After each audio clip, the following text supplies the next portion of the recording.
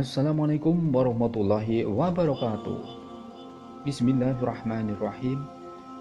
Alhamdulillahirabbil alamin. Assalatu wassalamu ala sayyidil anbiya'i wal mursalin sayyidina Muhammadin wa ala alihi washabbihi ajma'in, amma ba'du. Saudara-saudara sekalian dirahmati oleh Allah Subhanahu wa taala. Sebuah hadis dari Abu Uthman radhiyallahu anhu, ia berkata, saya dan Salman radhiyallahu anhu berada di bawah sebatang pohon.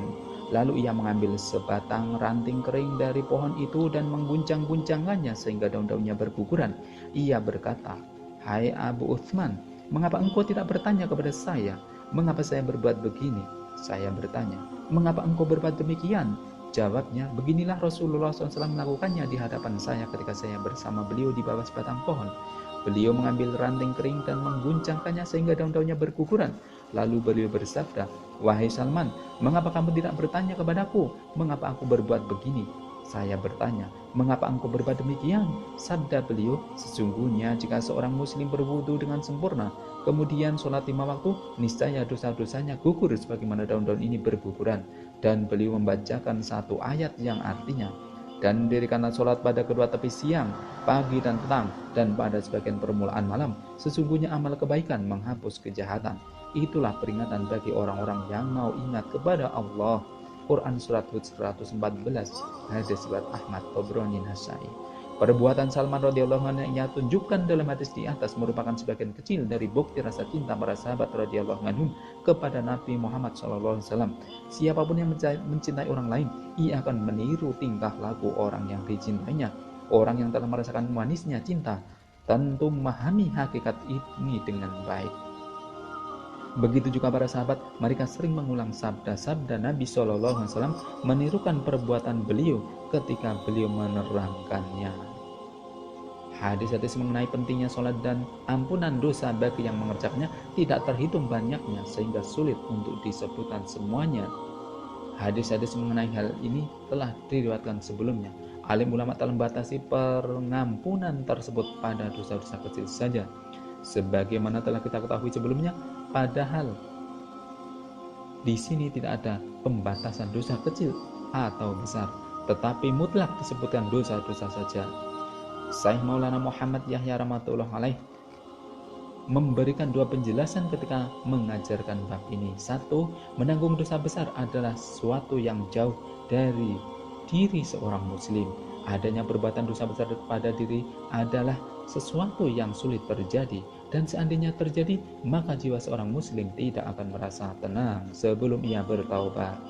Dan tuntunan kemusliman seseorang ialah jika ia berbuat dosa besar, ia harus benar-benar menyesali perbuatannya dan tidak merasa tenang sebelum ia mensucikan dirinya dengan bertaubat. Adapun mengenai dosa kecil, kadangkala tidak begitu diperhatikan dan diperdulikan sehingga masih terjadi tanggungannya. Yang diperhatikan dan dipedulikan sehingga masih menjadi tanggungannya tersebut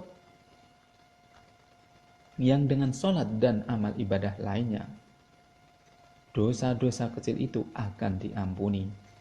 Seorang yang sholat dengan ikhlas dan menunaikan adab serta sunahnya, berarti ia sudah bertobat dan beristighfar beberapa kali, sebab di akhir bacaan tahiyat terdapat doa yang artinya, "Wahai Tuhanku, sesungguhnya aku telah menganiaya diriku dengan aniaya yang banyak.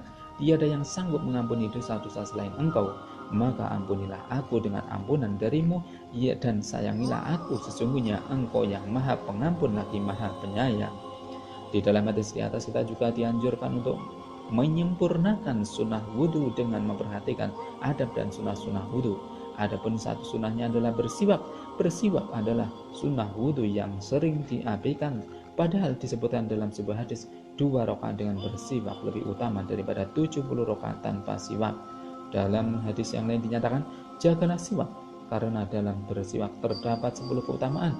Membersihkan mulut menyebabkan Allah ridho, membuat setan marah, membuat Allah Ta'ala dan para malaikat mencintainya, menguatkan gigi, menghilangkan kotoran, mewangikan mulut, mengurangi kekuningan, memperjelas penglihatan, menghilangkan bau mulut, dan bersiwak adalah sunnah Rasulullah SAW. Al-Munabihat Ibnu Hajar. Demikianlah para hadirin yang Dan saudara sekalian yang dirahmati oleh Allah Subhanahu wa taala, apa yang telah kita dengarkan kita niat amal dan sampaikan. Wabillahi taufiq wal hidayah. Wassalamualaikum warahmatullahi wabarakatuh. Subhanallah wa bihamdi, subhanakallahumma wa bihamdika, asyhadu an la ilaha illa anta, astaghfiruka wa atubu ilaik.